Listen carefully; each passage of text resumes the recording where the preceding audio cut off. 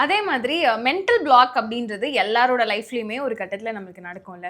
So அந்த mental பிளாக்க வந்து நீங்க தவிர்த்துக்கணும் அப்படின்னா, ஜென்ரலா இந்த விஷயங்கள்லாம் ஃபாலோ பண்ணுங்க அப்படின்னா என்ன சொல்றீங்க? ஆப்வியஸ்லி நான் சொன்னது தான் ஓவர் திங்கிங்கை ஃபஸ்ட்டு கண்ட்ரோல் பண்ணிருங்க. எது சிந்திச்சாலுமே பாசிட்டிவா சிந்திங்க. And moreover always have a clarity.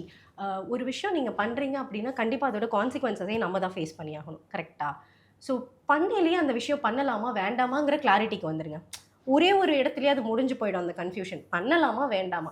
எப்பவுமே நமக்கு வந்து ஒரு விஷயம் பண்ண போறோம் அப்படின்னா 2 பார்ட்ஸ் இருக்கும். ஒண்ணு யூ கேன் டூ இட். இத பண்ணுனீனா, these are all the good things that will happen to you. இன்னொன்னு நீ இத பண்ணுனீன்னா, இதெல்லாமே கான்சிக்வென்ஸஸா இருக்கும். அந்த இடத்துல நீ தான் அத ஃபேஸ் பண்ணணும். ஸோ நான் என்ன சொல்றேன்னா, பண்ணு உனக்கு பிடிச்சிருந்தா.